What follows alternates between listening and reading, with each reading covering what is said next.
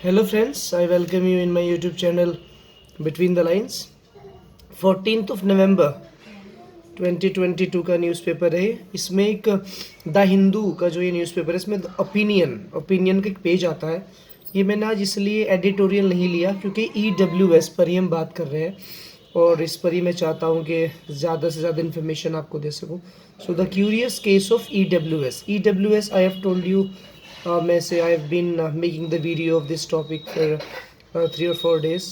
EWS means economically weaker sections. ठीक है, supreme court ने जो वर्डिक्ट दिया है, जो अपर कास्ट जो होती हैं उनमें जो इकोनॉमिकली वीक सेक्शंस है तो उनके ऊपर जो वर्डिक्ट है तो बहुत सारे लोग उससे डिसअग्री कर रहे हैं, दे डोंट लाइक इट।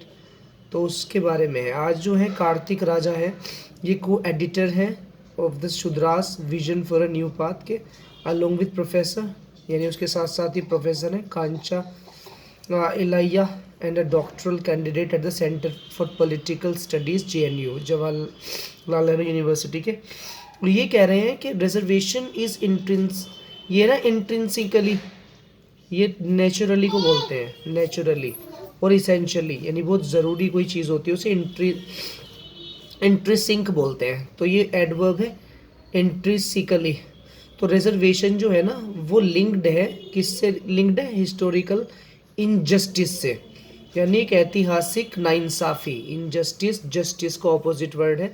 तो इतिहास में पहले से ही नाइंसाफ़ी चली आ रही थी, ये उससे लिंक है। वो क्या थी? Meted out to Shudras and Dalits, यानी शूद्रास और दलित पर जुल्म सितम किया जाता था। मीटेड आउट यानी इनजस्टिस किया जाना, बहुत ज़्यादा किया जाना। It was during the anti caste movement. वो बताना चाह रहे हैं रिजर्वेशन की शुरुआत कहाँ से हुई, ये बताना चाह रहे हैं। ड्यूरिंग कहते हैं दौरान, तो ये उसके दौरान था। एंटी कास्ट मूवमेंट का मतलब है, कास्ट कहते हैं जाति को, एंटी कहते हैं जो उसके खिलाफ हो, यानी जाति के खिलाफ एक आंदोलन, मूवमेंट कहते हैं आंदोलन को। आंदोलन चल रहा था। That the idea of reservation came up. तो उस टाइम ये आइडिया, ये विचार आया, आइडिया आया, केम अप आना, कोई चीज़ एकदम दिमाग में आना, एज अ वे, और एज अ वे ये एक रास्ता था, यानी रिजर्वेशन एक रास्ता था for an egalitarian social order. Egalitarian कहता है कि we all are equal, all humans are equal. Egalitarian, तो ये एक ऑर्डर था समाज में रहने का कि हम सब एक हैं। तो ये उसके हिसाब से आया। To ensure fair representation in the socio political order. और रिजर्वेशन इसलिए दिया गया क्योंकि इन लोगों के पास ना, ये इकोनॉमिकली बहुत स्ट्रॉन्ग थे, ये शूद्रास और दलित, इनके पास कोई भी सोर्सेज नहीं थे।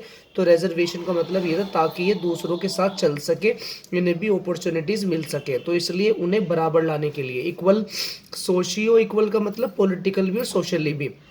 And to mitigate and compensate for the, mitigate कहते हैं किसी चीज़ को ना कम कर देना, उसका दर्द, उसकी जो सीवियरिटी है ना, सीवियर कहते हैं ज़्यादा होना, उसमें कमी ला देना।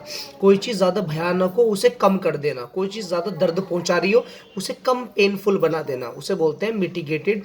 और इसमें compensate for the inhuman, compensate का मतलब होता है वैसे किसी चीज़ के एवज कुछ करना, यानी in human exclusion of human based. In human कहते हैं जिसमें इंसानियत ना हो। एक्सक्लूजन आपको पता, एक्सक्लूड, एक्सक्लूड किसी को बाहर कर देना। तो ये ऐसी चीज़ें थी जो चल रही थी, ऐसी प्रैक्टिसेस चल रही थी शूद्रास के, दलित के खिलाफ।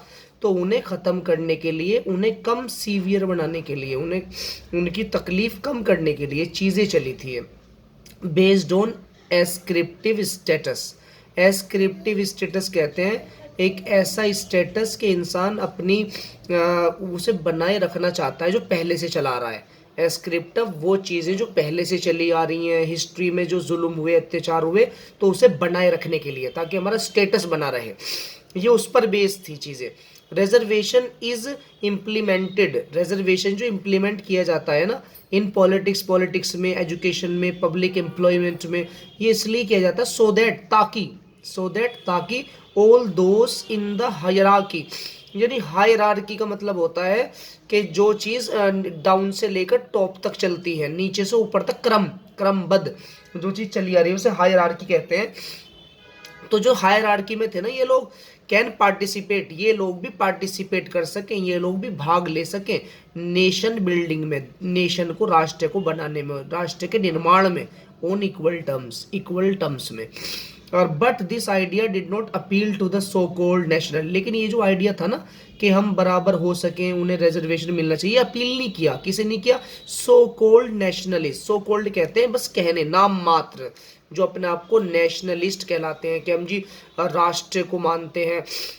ईदर देन ऑफ नाउ, यानी या तो तब या अब, यानी दोनों करने। फॉर देम, उनके लिए, the nation is based on the status quest hierarchical being, यानी उनके लिए जो राष्ट्रीय है ना वो क्या है, वो स्टेटस कोइस्ट है। इसका मतलब है जो चीज पहले से ही चली आ रही है ना, जो जुल्म उन पे पहले से चले आ रहे थे, बस उन्हें रहने दो। बीइंग का मतलब है जो वो हो, जो वो पहले से ही हो, बस वही चली रहने दो।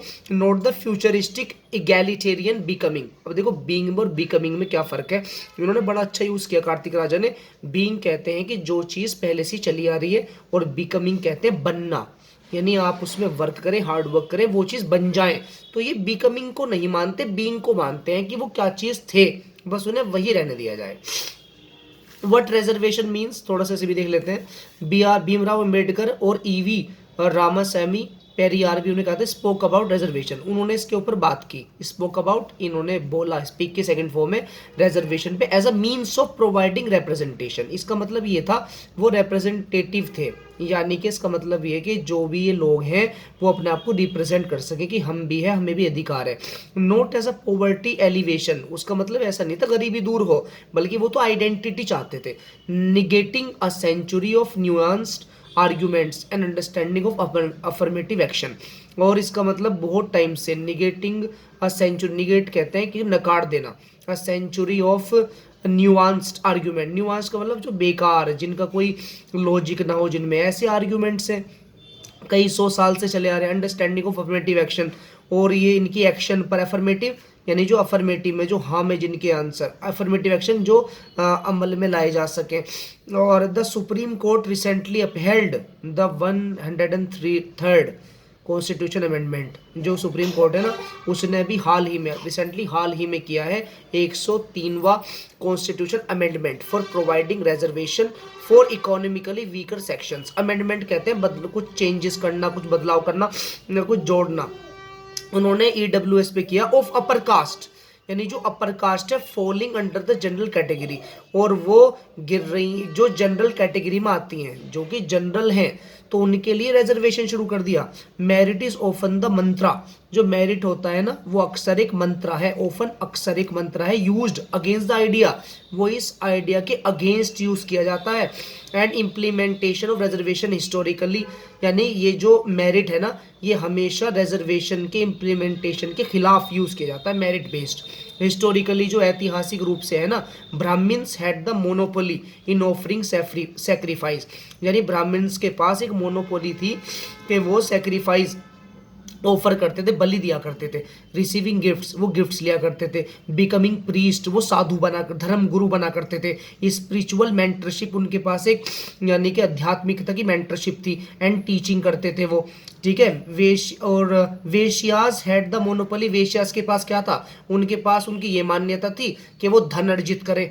और these monopolies were rooted in, जड़ों में डाल दी गई हैं कि ये ऐसे ही हैं, ब्राह्मण ये करेंगे, क्षेत्रीय करेंगे। एंड बटरेस्ट बाय, और इसे बहुत ज़्यादा समाज पर थोप दिया गया। द अथॉरिटी ऑफ स्क्रिप्चर्स, और जो स्क्रिप्चर्स की जो अधिकार था, यानी जो धार्मिक किताबें उनका जो अधिकार था, like the Manusmriti and treatises like the Arthashastra, जो अर्थशास्त्र है, मनुस्मृति से टॉप 3 वर्णास, जो वर्ण व्यवस्था है, जो टॉप 3 है, had access to learning, access का मतलब उनकी पहुंच थी बस सीखने की, लर्न करने की। इन द कॉलोनियल एरा, जो ब्रिटिश कॉलोनियल एरा था, under the progressive pressure of modernisation, और जब वो आया, कॉलोनियल एरा आया और उनका प्रेशर बढ़ा प्रोग्रेस करने की तरफ, मॉडर्नाइजेशन हुआ, डेमोक्रेटाइजेशन हुआ, traditional monopolies based on caste order were diffused, ये डिफ्यूज कर दी गई, खत्म कर दी गई, into the secular domains of bureaucracy, और एक सेक्युलर डोमेन आ गया, सब बराबर है, सबके धर्म की इज्जत करो, ये चीज आ गई। Legal practice, professorship, etc, leaders profess addressing equality such as Jyotirao Phule Periyar Ambedkar. तो ये बताना चाह रहे थे ये कास्ट इसके बारे में, रिजर्वेशन के बारे में था क्या, और जिन लोगों को ये मिलना था उसका रीज़न ये था ताकि वो सोशियो पॉलिटिकली तौर पर सबके साथ आ सके। उनके पास सोर्सेज कम थे, तो रिजर्वेशन के थ्रू वो अपने आप को नेशन बिल्डिंग में मदद कर सकते थे। तो this was the logic. I hope you understood. Thank you.